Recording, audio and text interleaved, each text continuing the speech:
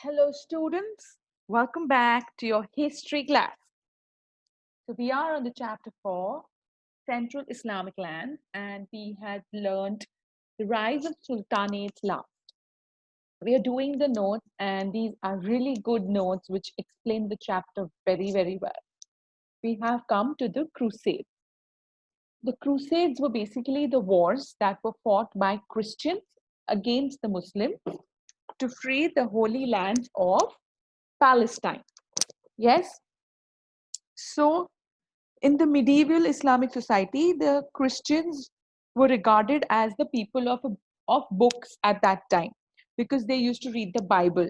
So they were called Al Kitab. And Christians were also given safe conduct while venturing into Muslim states as merchants or pilgrimagers or ambassadors or travelers. So these territories also included those which were once held by the Byzantine Empire, basically the Holy Land of Palestine. And Jerusalem was conquered by the Arabs in 638, and it was always in the Christian imagination that this is the place of Jesus' crucifixion, and so and resurrection. That means it's very special or very important. It had a lot of religious importance value. So on the death of Malik Shah, Saljuk Sultan of Baghdad, and his empire started to disintegrate after the death of Malik Shah. This gave a chance to the Byzantine emperor Alexius to regain Asia Minor and northern Syria. So the Byzantine Emperor Alexius I thought that this is a very good chance for me to conquer Asia Minor and northern Syria. And also Pope Urban II, he joined hands with this emperor for a war in the name of God to liberate or to free the Holy Land. So they both came together. And lots of wars were fought between Christians and Muslims between 1095 and 1291 on the coastal plains of Eastern Mediterranean. These wars were later known as crusades. These wars came to be known as crusades. So there were three crusade wars. Okay. In the first crusade war, soldiers from France and Italy, they captured Antioch in Syria and they claimed Jerusalem. Now their victory was accompanied by the slaughter of Muslims and Jews in the city. The Franks quickly established four crusade states in the region of Syria Palestine. Collectively, these states were known as Outremer or Crusader states. Okay, so they, after taking over, after winning the first crusade, they quickly established four states in the area between Syria and Palestine. Now, when the Turks captured Edessa in 1144, an appeal was made by the Pope for a second crusade.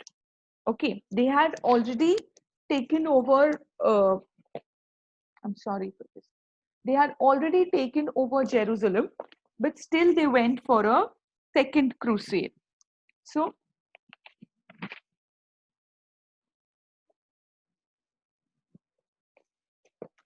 so the Pope offered, the Pope said, let's go for one more crusade. Okay, they had regained Jerusalem, and almost 1 century after the first crusade, okay, they wanted to go for another crusade. Okay, so a second crusade was taken done. Okay, a second crusade took place, and this was a combined German and French army which was made that made an attempt to capture Damascus, but this time they were defeated.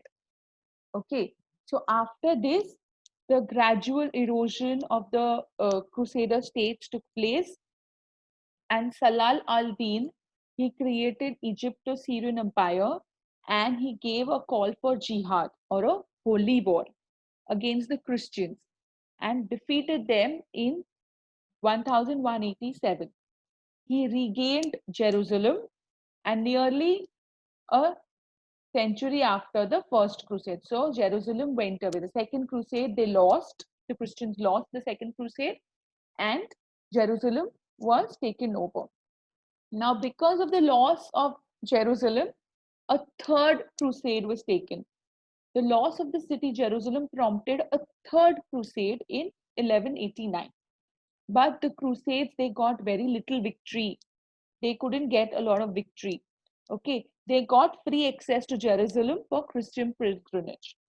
So finally, what happened is the Mamluks and the rulers of Egypt, they expelled the crusading Christians from all Palestine in 1291.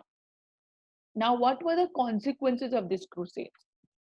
Now, because of these crusades, Muslims became bitter, and this made Muslims hostile towards the Christian subjects, especially in the empires where there was mixed population. They started to behave with hostility towards the Christians. Okay, then there was an increased influence of Italian mercantile communities in the trade between East and West. Even after the restoration of Muslim power, there was still some, uh, you know, there was influence of Italian mercantile between East and West. Now, what consequence took place on the economy? Let's talk about. Okay, now that was the consequences of crusades. Now we will talk about the economy of the central Islamic land. Okay, agriculture. We know we spoke about this. Agriculture was the most important.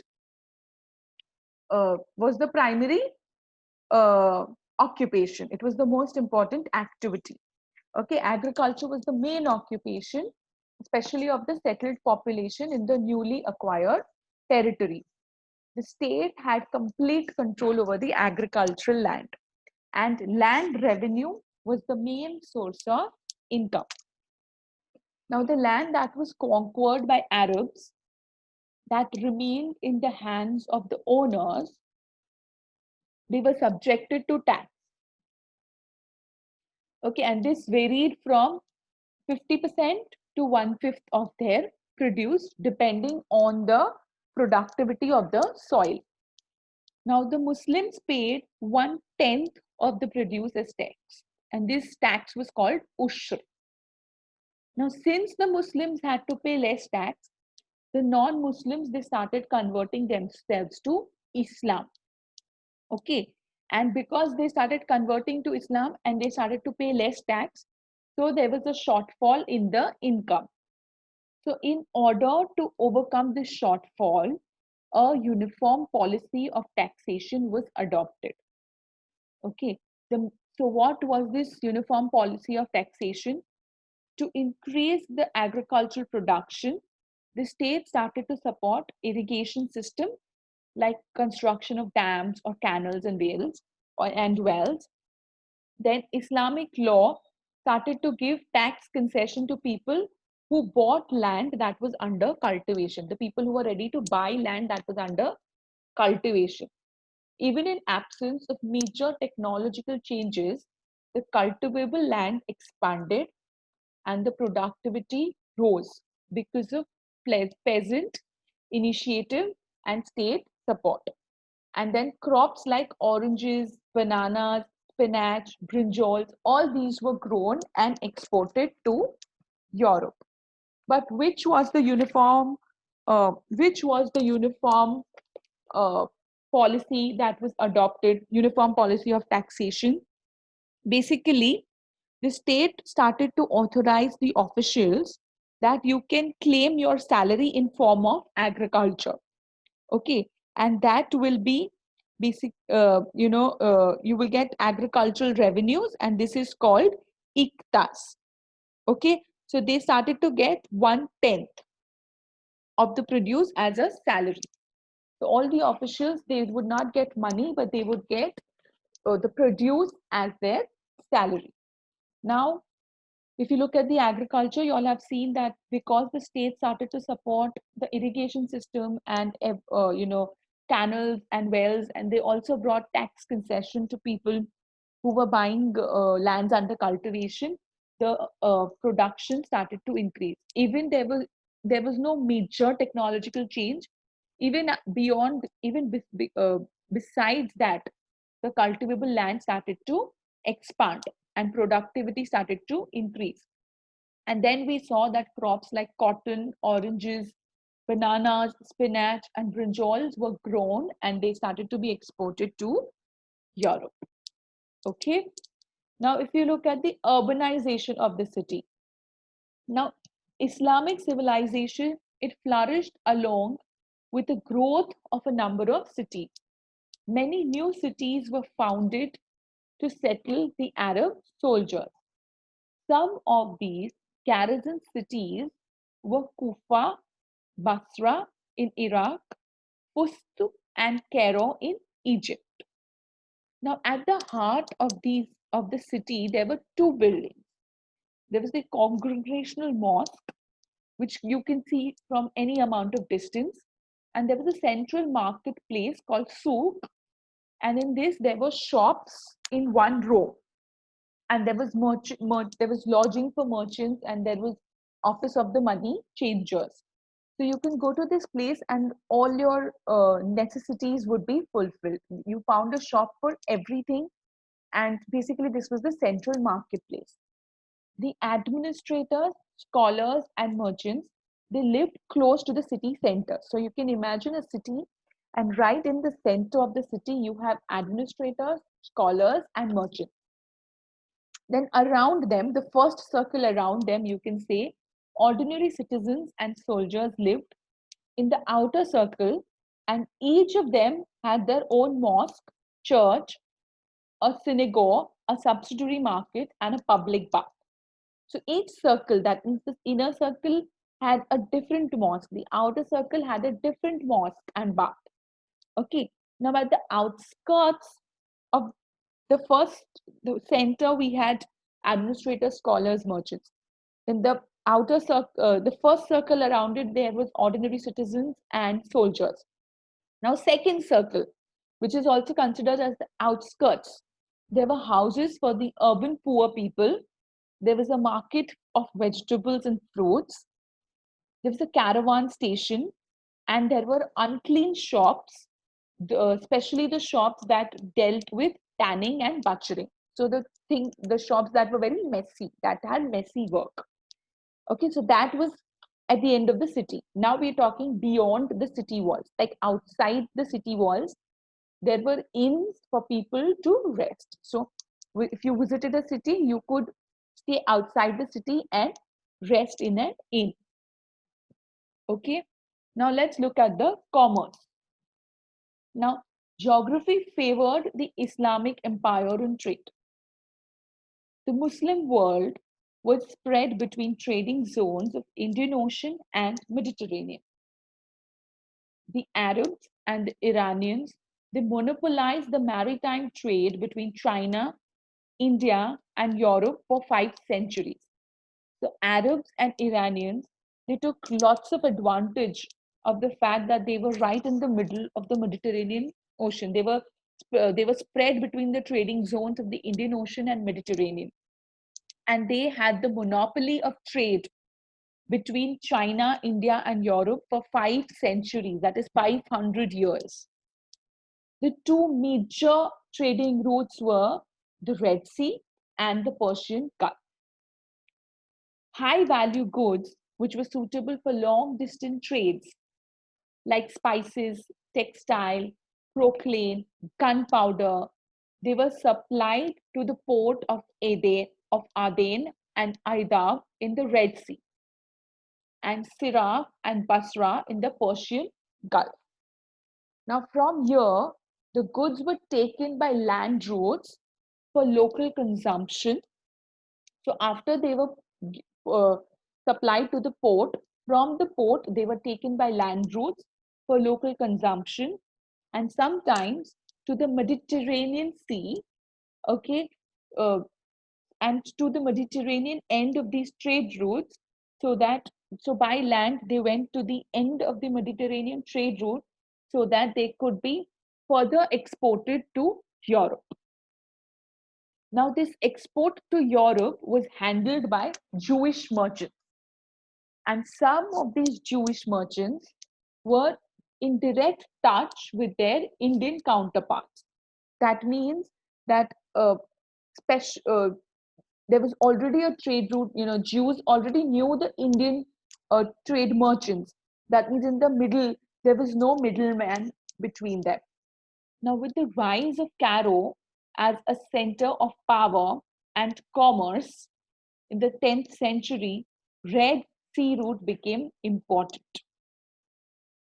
In the eastern end, the Iranian merchants set out for Baghdad along the Silk Route to China via Bukhara and Samarkand to bring Central Asian and Chinese goods, which included paper from China.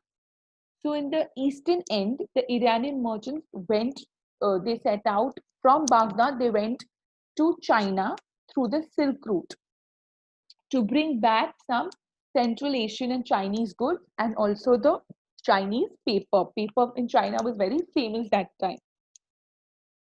So Samarkand or Transoxiana was an important link in the trade, which extended north to Russia and Scandinavia for exchange of European goods, mainly fur and slave captives. So Samarkand became an important link in the trade. Okay. Uh, and why did it become an important link? Yeah.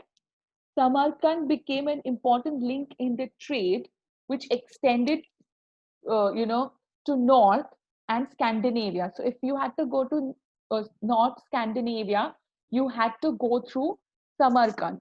Okay. And this became very important, especially for the exchange or trade of fur, because of course Russia and Scandinavia was cold, and also for slave captives.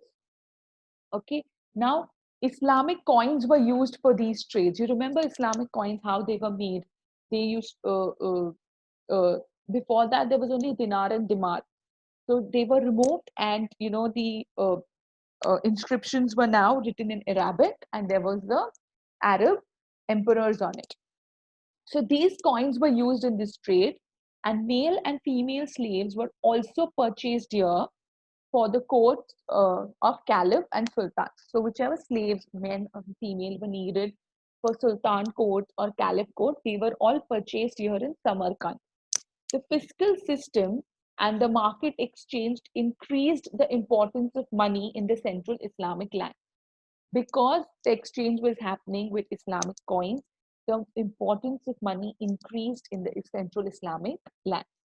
Coins of gold, silver, and copper were minted, and they were circulated to pay for the goods and services. So over here, I will end the class. Next class, we will start with methods of payment and business organization. Okay. So stay home, stay safe, take care, and keep learning.